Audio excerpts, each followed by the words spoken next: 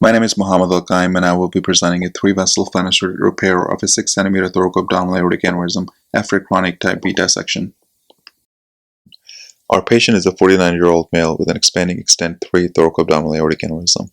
His past medical history includes a Fevar for an acute type B aortic dissection with a right common iliac artery stent for a limb malperfusion.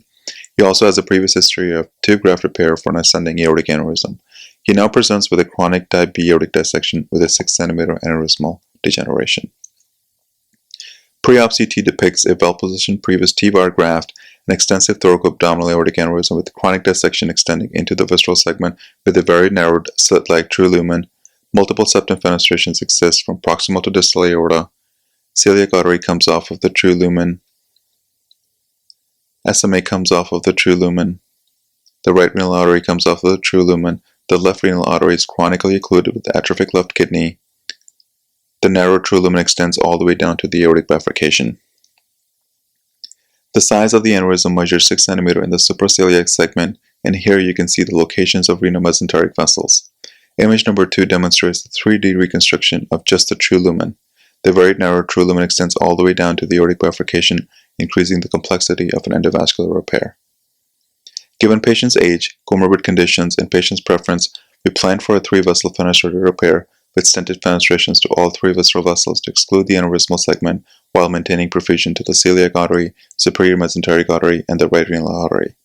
This plan consisted of Fevar extension from the previously placed Fevar, followed by a custom 3-vessel fenestrated device with bridging stents placed through each fenestrations into the target arteries. This was followed by a bifurcate device with distal seal using iliac limb extensions. We used a preloaded delivery system to allow for preloaded wires through each fenestrations to aid in target vessel cannulation. Here, the preloaded wires depicted in red. The solid line indicates the wire threaded outside of the custom graft, and the dashed line represents the wire inside of the custom graft. These preloaded wires allowed us to cannulate each target artery from above while keeping the rest of the fenestrated graft below each fenestration still in the sheath. This technique, called serial deployment, maintains space in the narrow true lumen to cannulate each target artery. The device is a long 20 French system that tapers a 7 French sheath to accommodate for through femoral to brachial access. The device is first introduced through the groin, and the 7 French part of the device is tracked through the vasculature to exit through the brachial sheath.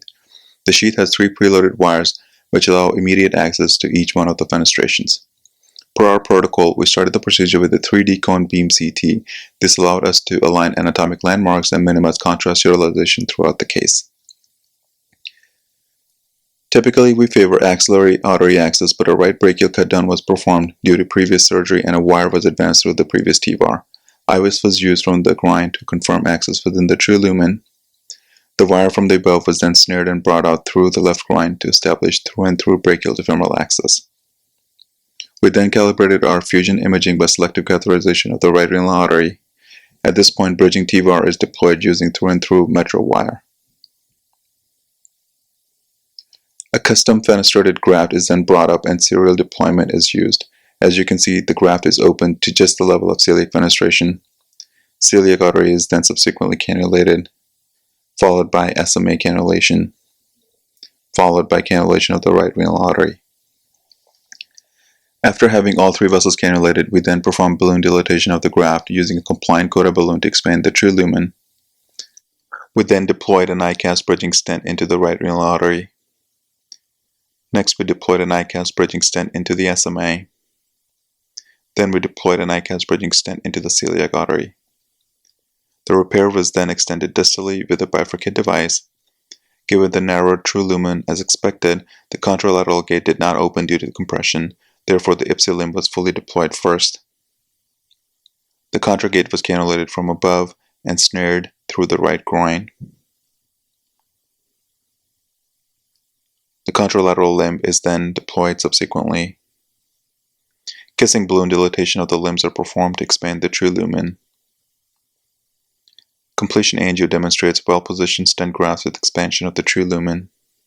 Completion 3D imaging performed demonstrated all 3 vessels to be widely pained. Patient had an uncomplicated postoperative course and was discharged home on postoperative day 3. The patient was seen in clinic at 1 month with repeat CTA. It demonstrated all visceral vessels to be pain, false lumen regression, and favorable remodeling with true lumen expansion.